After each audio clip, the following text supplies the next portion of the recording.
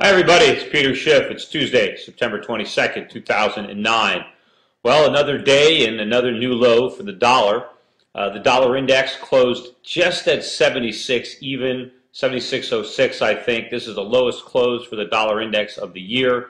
The euro traded above 148, I believe. That's a new 52-week high for the euro.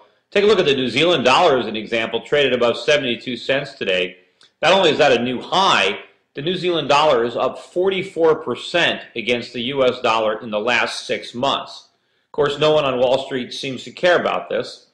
I think one of the reasons maybe for dollar weakness today is people are anticipating that maybe there'll be some kind of negative dollar statement or something perceived to be negative dollar statement coming out of the G20 meeting that's taking place later this week in Pittsburgh, Pennsylvania. It's very funny. There's so much hypocrisy going on in this meeting. I talked a little bit about it. You'll be able to watch me. I taped earlier this morning at CNN, Your Money, which will be aired on Saturday and Sunday. I forget the times. I think it's 1 o'clock on Saturday. I forget on Sunday on CNN. So you can tune in and watch that.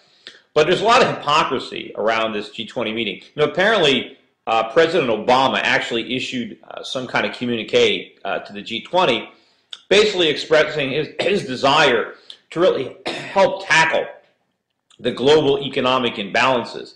And he's promising that he wants to pursue policies to encourage Americans to save more.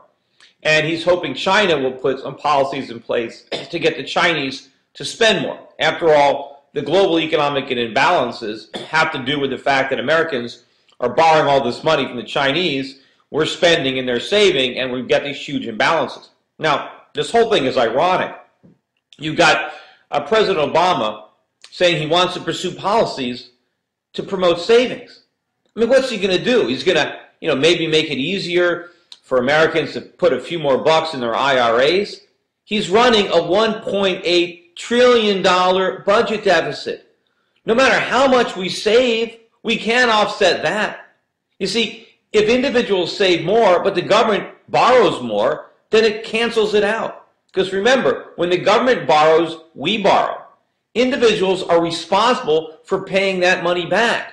So if the average American can save an extra $1,000, or the average family can put aside an extra $1,000 this year, but Barack Obama and Congress commit that family to an extra $20,000 worth of liabilities, because that's their approximate share of this national debt this year, then they haven't saved anything.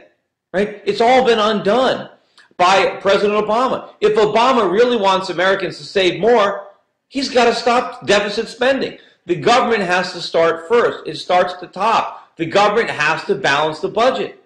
Because if it keeps running deficits, it cancels out any extra savings. And of course, if you look at President Obama's plans, his economic plans, what's the goal? It's the opposite of getting us to save.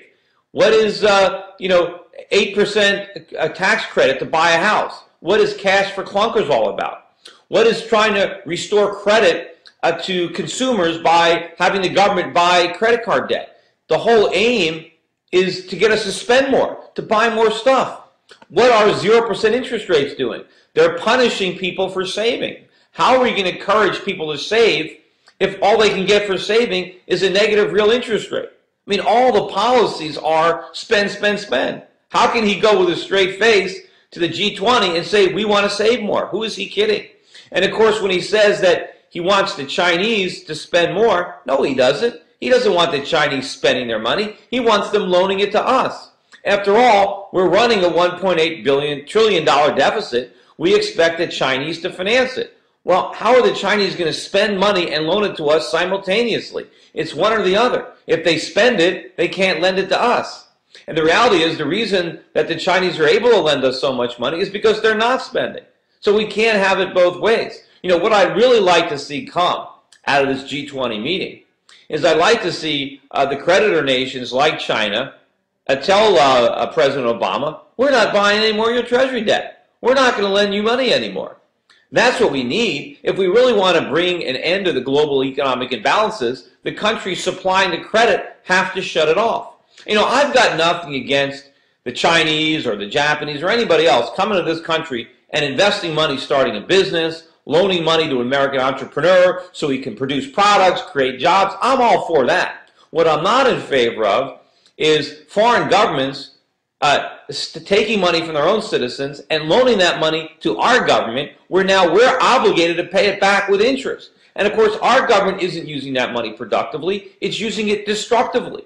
Every dollar the government borrows is screwing up the economy. They're using that money to expand government at the expense of the private sector. And then they're using it to encourage more reckless consumption and more reckless borrowing. That's the exact opposite of what we need. It'd be very interesting if anything actually comes out of this G20 meeting that's substantive. Generally, when they have these meetings, they're just photo opportunities for the politicians. But we'll see. I'll try to blog again once we have the results of the G20. In the meantime, that's it for today, everybody. I'll be back again soon. Still working hard on the campaign. If you haven't contributed yet or signed up to volunteer, we're working on a way to really utilize the volunteers. So make sure if you do want to volunteer, even if you can't contribute money, go to SchiffForSenate.com and sign up to be a volunteer. And of course, we can always use more donations.